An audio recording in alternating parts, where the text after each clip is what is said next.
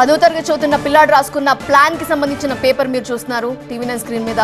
తర్వాత 10 ఏళ్ల చిన్నారి చనిపోయిన సహస్ర ఆమెనే నిందితుడు చంపిన కిల్లర్ మీరు టీవీ9 స్క్రీన్ మీద చూస్తున్నారు. ఈ కేసులో బిగ్ హింట్ ఇచ్చింది మాత్రం ఒక సాఫ్ట్వేర్ ఇంజనీర్. మర్డర్ జరిగిన రోజు అతను వర్క్ ఫ్రమ్ హోమ్ చేస్తున్నాడు. సహస్ర ఇంట్లో నుంచి బాలుడు బయటికి రావడం గమనించాడు ఆ ఉద్యోగి. బాలుడు ఒక బిల్డింగ్ లో దాక్కోవడం చూశాడు. దీంతో అతనికి అనుమానం కలిగింది. పోలీసులకు ఇన్ఫర్మేషన్ ఇచ్చాడు. ఆ తర్వాత పోలీసులు కూడా ఆ విధంగా కూపి లాగటంతో ఆ వైపుగా ఇన్వెస్టిగేషన్ చేయడంతో విషయం బయటకొచ్చింది.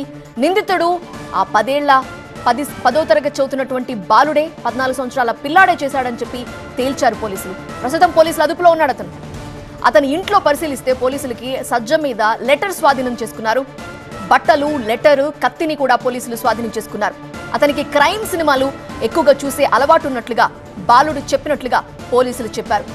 సహస్ర ఇంటిని మీరు చూస్తున్నారు. సహస్ర ఇంటికి ఆ హంతకుడు ఉంటున్న ఇంటికి పెద్దగా గ్యాప్ లేదు. బేసిక్గా మనం చూస్తాం ఒక బిల్డింగ్ కి మరొక బిల్డింగ్ కి గ్యాప్ ఉంటుంది. ఈ మధ్య కాలంలో మనం చూస్తే సిటీలో ఆ స్పేస్ మొత్తం కూడా వాడేసుకొని పక్కపక్కనే బిల్డింగ్లు కట్టేస్తున్నారు. ఇదే అతనికి కలిసి వచ్చిన విషయం.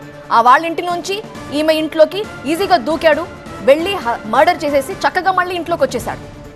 ఇక హత్య జరిగిన రోజు పోలీసులకి కట్టుకథలు చెప్పాడు ఇతను. ఆ రోజు తనకి పెద్ద శబ్దం వినిపించిందని పోలీసులకి చెప్పాడు ఈ బాలుడు. 3 సార్లు డాడీ డాడీ అని సహస్ర గట్టిగా అరిచినట్లుగా ఇతనికి వినిపించినట్టుగా పోలీసులకు చెప్పాడు. ఈ కేసులో ఆ బాలుడే నిందితుడు అని పోలీసులు ఫైనల్ గా తేల్చారు.